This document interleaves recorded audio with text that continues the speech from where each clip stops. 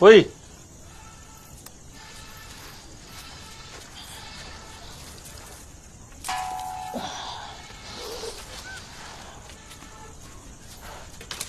பாப்பா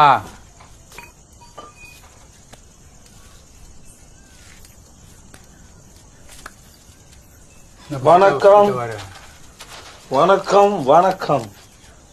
நல்லா இருக்கியா? நல்லா இருக்கேன். நீ நல்லா இருக்கியா? நல்லா இருக்கேன். பசிக்குது. சோறு சாப்பிடு. என்ன குழம்பு? போட்டு குழம்பு. சரி.